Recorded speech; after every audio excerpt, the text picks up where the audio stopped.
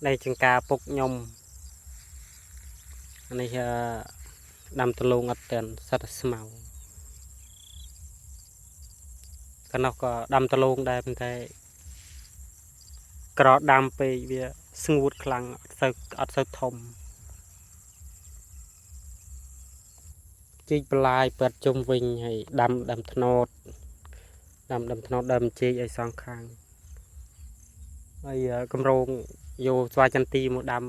សងខាងថែមទៀតជីកបន្លាយនេះដាំឈូកប៉ុន្តែអានេះងាប់អស់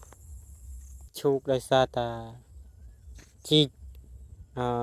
ទូចពេកខែប្រាំងវាអស់ទឹកទៅវាក្រិនតែទឹកភ្លៀងមក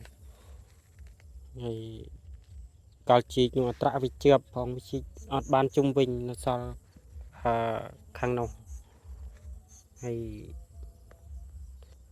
គម្រោងតាមានលុយដាក់លបងឲ្យចិត្តដាក់មិនដាក់ទីអី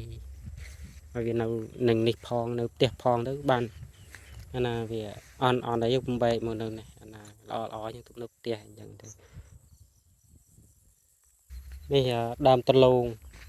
យើងហៅថាតលងពងមាន់ដូចតលងគោដូចតលងឈើអីចឹងណាហើយ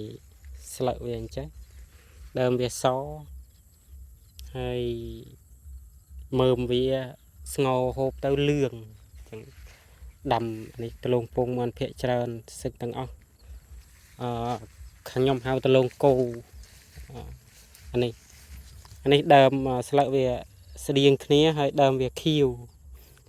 នោះតលងពងមាន់ដើមសអានេះដើមខៀវអានេះតលងគោអានោះតលងពងមាន់ហើយដាំតាំងពីខ្ញុំនៅទូច